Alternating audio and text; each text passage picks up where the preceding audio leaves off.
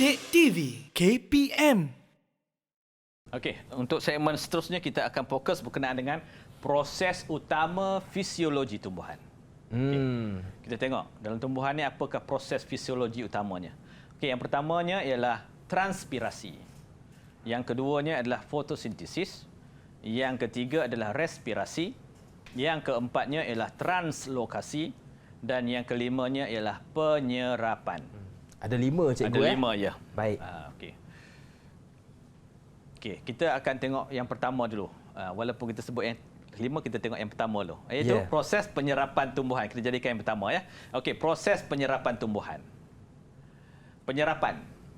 Okay. Apa yang kita faham berkenaan dengan penyerapan? Okey, penyerapan ialah proses resapan air dari tanah. Dari tanah kepada keseluruhan tumbuhan ini oleh akar lah. Tanah mesti melalui akar ya.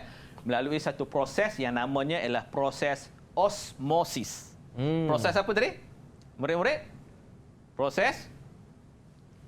Osmosis. Ya, betul. Proses osmosis. Okey. Jadi kita tengok apa dia proses osmosis. Osmosis, dia ada beberapa keyword yang kamu kena ambil berat. Yang pertama, osmosis ialah pergerakan molekul air. Ingat ya? Molekul air daripada larutan kepekatan rendah ke kepekatan tinggi. Okey. Rendah ke tinggi. Melalui membran separa telap. Membran separa telap. Sehingga mencapai keseimbangan. Keseimbangan kepekatan antara satu dengan satu lagi sama. Itu maksud keseimbangan. Okey, ingat ya. Pergerakan mesti molekul air. Bukan molekul garam, bukan molekul gula, bukan molekul baja. Molekul air. Daripada kepekatan rendah ke larutan yang tinggi kepekatannya. Melalui membran separa telap. Mesti membran separa telap. Sehingga mencapai keseimbangan. Okey, ini dia. Okey, kita andaikan inilah molekul-molekul gula. Yang kecil-kecil itu ialah air. Dan ini adalah membran separa telap. Jadi, kita tengok di sini. Yang ini banyak. Betul tak? Molekul garam ini, molekul zat terlarut ini, gula ni banyak. Berbanding dengan sebelah sana. Bermakna, sebelah sini lebih pekat. Yang sini kurang pekat. Betul tak? Ya. Betul tak, Hafiz? Betul kan? Ini lebih banyak gula. Mana sini lebih pekat, ini kurang pekat. Jadi molekul air akan bergerak dari kurang pekat kepada yang lebih pekat melalui membran separa telap. Boleh? Okey, faham ke murid-murid? Haikal macam bela tu. Faham? Okey, bagus Haikal. Okey. Air yang diserap itu seterusnya dia akan dibawa ke dalam xilem. Xilem dah kamu tahu ialah satu struktur yang berada dalam tumbuhan yang fungsinya untuk mengangkut air. Air juga dihantar ke bahagian-bahagian lain tumbuhan melalui proses osmosis. Khususnya daun. Kenapa daun itu penting? Sebab daun adalah tempat di mana berlakunya proses fotosintesis. Okey, Haifa, apa dia proses fotosintesis? Okey, Haifa. Silakan. Proses tumbuhan membuat makanan sendiri. Okey, bagus. Tumbuhan membuat makanan sendiri dengan adanya apa? Cahaya matahari, klorofil, karbon dioksida untuk menghasilkan makanan iaitu karbohidrat dan juga gas karbon dioksida dibebaskan. Okey, itu proses fotosintesis. Okey, ini kita tengok air diserap masuk dalam akar, kemudian akan berlaku proses fotosintesis di situ. Okey, apa faktor yang mempengaruhi penyerapan air? Okey, kadar transpirasi. Penyerapan air hampir setara dengan proses transpirasi apabila air cukup di dalam tanah. Okey, apa kita tengok dulu. Sistem pengakaran. Tumbuhan mempunyai sistem pengakaran yang berbeza. Semakin banyak akar serabut, lebih banyaklah proses penyerapan. Okey, logik kan? Betul tak? Kalau air keluar daripada tumbuhan itu banyak, jadi proses serapan juga akan banyaklah. Ya. Logik. Kemudian kalau akar ada dua jenis. Satu akar nama dia akar serabut, satu lagi akar yang lebih besar-besar. Jadi proses penyerapan berlaku dengan lebih banyak pada akar yang kecil-kecil itu, akar serabut. sebab luas permukaan dia besar. Jadi, kalau pokok itu banyak akar serabut, proses penyerapan itu akan lebih banyak berlaku. Okey. Pengudaraan tanah, dalam tanah. Tumbuhan akan dapat penyerapan air dengan banyak apabila sistem pengudaraan dalam tanah adalah baik dan memudahkan proses penyerapan oleh akar. Okey. Udara dalam tanah itu juga membantu. Itu sebabnya bila banjir, udara dalam tanah tak ada.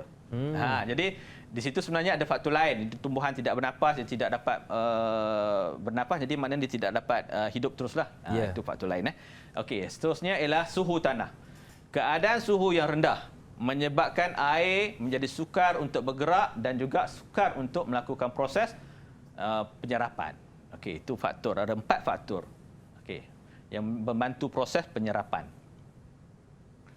Okey, terdapat 3 jenis kepekatan larutan yang mempengaruhi proses osmosis. Okey. Tadi kita dah tahu dah, osmosis itu apa? Pergerakan molekul air dari kepekatan rendah kepada kepekatan tinggi melalui membran pada telap. Okey, kita tengok apakah 3 jenis. Yang pertama, larutan isotonik. Yang kedua, larutan hypertonik. Dan yang keempat, larutan hypotonik. Okey, kita tengok satu-satu. Okey, larutan hypertonik. Okey, larutan hypertonik bermaksud larutan itu mengandungi kepekatan bahan larutan yang tinggi berbanding dengan kepekatan bahan larut yang berada di dalam sel. Okey, mungkin Cik Lokman boleh bantu saya larutan hypertonik yang berwarna orange itu. Okey.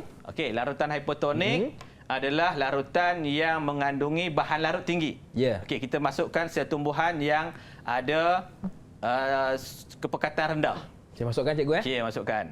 Okey. Jadi tumbuhan kepekatan rendah, luar larutan tinggi. Jadi pergerakan air dari tadi kita tahu dah kepekatan rendah ke kepekatan tinggi. Maknanya air dari tumbuhan itu akan keluar daripada tumbuhan. Okey. Okey, keluarkan balik. Okey. Okey. Jadi kita akan demo sekali lagi. Okey. Yang keduanya ialah larutan hypotonik. Hypo bermakna rendah. Hypotonik yang berwarna apa, Cik? Biru, cikgu. Warna biru, ya. Okey, warna biru. Larutan hypotonik ini bermakna larutan itu mengandungi kepekatan bahan yang rendah berbanding dengan sel. Okey, kita try masukkan. Jadi, luar adalah kepekatan rendah. Dalam sel kepekatan tinggi. Jadi kita dah tahu osmosis pergerakan molekul air daripada rendah ke tinggi. Okey, dalam kes ini luar tinggi ke rendah, dalam tinggi? Luar rendah. Luar rendah. Jadi air masuk ke ataupun keluar. Air masuk akan ke dalam. Masuk ke dalam. Daripada rendah ke tinggi. Dia akan masuk ke dalam sel. Okey. Okey, Cik Luman keluarkan balik. Okey, dan seterusnya ialah larutan isotonik. Isotonik bermaksud kepekatan bahan larut di luar dan kepekatan bahan larut di dalam sel adalah sama. Okey, kita tunjukkan. Okey, itulah larutan isotonik. Jadi larutan itu di bahagian luar sama, bahagian dalam sama. Ada tak air masuk dan keluar? Murid-murid, ada tak air masuk dan keluar? Air tetap masuk dan keluar. Walaupun kepekatan dia sama, tapi air masuk dan keluar. Tapi jumlah masuk dan jumlah keluar adalah sama. Baik. Okey. Okey, terima kasih Cik Lokman. Sama-sama, cikgu. Bantu saya. Okey, kita ulang balik nanti bagi kita faham lebih. Apa yang akan berlaku jika sel tumbuhan dimasukkan dalam larutan yang lebih pekat? Okey, ini sebenarnya. Apabila sel direndamkan dalam larutan yang lebih pekat ataupun larutan hypertonik, akan berlaku penyingkiran air dari sel tumbuhan itu secara osmosis. Okey. Yang menyebabkan sitoplasma. Kamu dah tahu sitoplasma itu apa, ya? Dan sitoplasma sel itu akan mengecut. Okey. Larutan hypotonik, ini kita ulang saja, saya dah tunjuk. Apabila sel tumbuhan diletakkan dalam larutan hypotonik, molekul air akan meresap ke dalam sel. Okey, secara osmosis. Jadi volkul tumbuhan itu akan mengembang dan seterusnya dia akan memberikan satu tekanan kepada dinding sel, menyebabkan sel itu menjadi segar. Kita tak nampak tumbuhan itu layu. Kalau layu dia kurang air. Tapi kalau dia segar, ada air banyak, kita namakan dia segar. Okey. Okey, itu nampak ya, air masuk ke dalam sel sebab tumbuhan larutan di bahagian luar adalah hypotonik. Okey. Okey, isotonik. Sel tumbuhan dimasukkan dalam larutan isotonik. Jadi air akan merentasi membran pada kadar yang sama. Masuk dan keluar adalah sama. Jadi sel itu tetap normal. Okey. Okey, ini gambar dia. Okey. Okey, ini ulang saja. Okey. Hypertonik ini penting. Jadi bila kita masukkan tumbuhan dalam larutan hypertonik, air akan keluar dari sel, betul tak? Air akan keluar dari sel. Sebab pergerakan air adalah daripada kurang pekat kepada yang lebih pekat. Menyebabkan sel tumbuhan itu akan mengecut. Dan proses itu kita panggil plasmolisis. Air keluar daripada tumbuhan menyebabkan sel mengecut, kita namakan dia plasmolisis. Okey, buat catatan sikit ya, plasmolisis. Apakah kesan plasmolisis? Apakah kesan bila air meresap keluar? Jadi, pertama, apabila plasmolisis maknanya secara automatik air meresap keluar dengan banyaknya. Yang kedua, tekanan segah dalam sel akan berkurangan. Bila tekanan segah sel berkurang, makna pokok itu akan jadi layu. Okey, kemudian kita ambil sel yang kecut itu, yang sudah mengalami plasmolisis, kita masukkan dalam satu larutan yang hypotonik. Menyebabkan air masuk semula ke dalam sel. Dan proses itu menyebabkan sel itu menjadi segar dan kita namakan tumbuhan itu sudah mengalami satu keadaan dinamakan diplasmolisis. Tadi plasmolisis air keluar, kita masukkan balik dalam larutan yang sesuai, dia akan masuk balik air, kita namakan dia diplasmolisis. Okey. Okey, inilah gambar dia. Okey. Okey, kita tengok soalan sikit. Rajah di bawah menunjukkan proses penyerapan yang berlaku dalam sel tumbuhan pada dua jenis larutan. Satu ialah larutan hypotonik dan ialah satu lagi adalah larutan hypertonik. Kita tahu tadi ya, pergerakan molekul air dari kurang pekat kepada yang lebih pekat.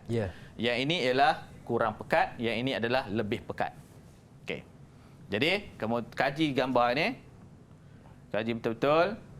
Saya bagi masa 10 saat untuk kaji dan cuba fikirkan apakah jawapan yang betul.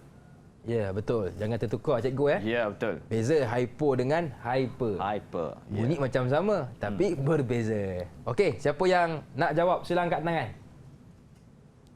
Adam ke, Hafiz ke, Haifa ke? Alisa ke? Okey, kita tengok ni Ini Ini larutan luar adalah hypotonik. Dalam ialah hypertonik. Jadi air masuk atau keluar? Air masuk atau keluar? Okey, mungkin masuk. Adam. Air silakan. masuk. Jadi bila air masuk, apa jadi pada sel itu? Sel itu kecut ataupun disegah? Bila air masuk dalam sel. Contoh, kamu tiup belon. Masuk udara. Jadi belon itu jadi kecut ke jadi kembang? Sel tumbuhan kembang. Okey, jadi kembang. Ataupun kita namakan, kalau sel tumbuhan, kita tak nama kembang. Kita panggil apa? Segah. Bagus, Rahman. Okey. Okey, kita tengok ini. Ini sel tumbuhan kita masukkan dalam larutan hypertonik. Hypertonik bermakna tinggi. Jadi air masuk ataupun keluar. Okey. Keluar. Air keluar. Okey. Apa jadi pada sel sekiranya air keluar daripada sel tumbuhan itu? Kamu bayangkan belon. Sel itu akan mengalami mengecut. Okey, bagus Alisha. Okey, kalau kamu tak dapat nak bayangkan sel, kamu bayangkan belon. Sama ada belon itu kita tiup kembang ataupun belon itu kita kempiskan. Okey. Okey, jawapan dia sel tumbuhan akan kembang ataupun segar. Yang keduanya ialah sel tumbuhan akan mengecut. Okey. Penyataan di bawah menunjukkan maksud penyerapan dalam proses utama fisiologi tumbuhan. Penyerapan ialah proses resapan air tanah oleh akar melalui proses yang dinamakan osmosis. Jadi berdasarkan penyataan di atas, nyatakan 3 faktor yang mempengaruhinya. Yang pertama apa, Adam? Apakah 3 faktor yang mempengaruhi? Yang pertama, kadar transpirasi. Kadar transpirasi. Okey. Yang kedua apa dia, Haifa? Sistem pengakaran. Sistem pengakaran. Apa jawapan lain, Hafiz? Ada jawapan lain? Satu lagi. Apa ada? Pengudaraan dalam tanah. Pengudaraan dalam tanah. Okey, kita tengok jawapan. Pengudaraan dalam tanah ada, okey. Ya. Sistem pengakaran. Okey, bagus. Tahniah. Mantap. Okey. Okey, rajah di bawah merupakan proses utama dalam fisiologi tumbuhan. Kaji rajah dan penyataan tersebut dengan teliti dan nyatakan nama proses fisiologi tersebut pada jadual di bawah. Okey, pertama, pengambilan nutrien oleh akar. Oh, ini kita tak masuk lagi sebenarnya. Ya. Okey. Apa? Mungkin dah tahu apa pergerakan. Ini kita belajar dalam sains tingkatan 3. Pengambilan nutrien oleh akar. Kita namakan proses tadi Penyerapan. penyerapan. Okey. Proses penyerapan. Pergerakan bahan makanan dari S ke R. Dari S ke R. Kita namakan? Ini tingkatan 3. Translokasi. Translokasi. Okey. Dan last sekali, proses kehilangan air dari daun, kita namakan dia transpirasi. Okey. Muhammad Azlan baru menceburi bidang. Ini adalah soalan analisis. Bahagian B. Muhammad Azlan baru menceburi bidang pertanian. Beliau menanam pokok terung dalam polybag. Dia meletakkan 4 sudu besar. Ya. Untuk mempercepatkan. Dia ingat bila letak banyak, okey. Jadi, soalan dia, ramalkan apa yang berlaku dan huraikan. Okey. Di sini soalan baik-baik ya. Ramalkan apa yang berlaku bila kita letak baja. Jadi, bila kita letak baja, dalam ini jadi kepekatan tinggi ke kepekatan rendah? Dalam polybag tu. Kepekatan? Kita banyak, letak banyak. Tinggi. Tinggi, kepekatan tinggi. Jadi kita namakan dia hypertonik. Betul tak? Betul tak? Okey. Jadi kalau hypertonik, apa yang berlaku pada tumbuhan? Apa yang berlaku pada air? Air masuk ataupun keluar? Keluar. Air keluar. Betul tak? Bila air keluar, apa jadi pada pokok? Layu cikgu ya. Pokok layu. Kalau lama-lama dia jadi mati. Jadi ramalannya pokok terung akan mati. Sebab penggunaan baja yang berlebihan menyebabkan kepekatan bahan larut di persekitaran akar lebih tinggi berbanding dengan bahan larut dalam tumbuhan. Jadi air akan keluar daripada pokok ke luar. Ya. Jadi berlakunya proses plasmolisis. Kalau proses plasmolisis itu berterusan, pokok akan mati. Okey. Jadi Cikgu Azlan baik. ini kena belajar lebih banyak lagi dengan Cikgu Pertanian. Didik TV KPM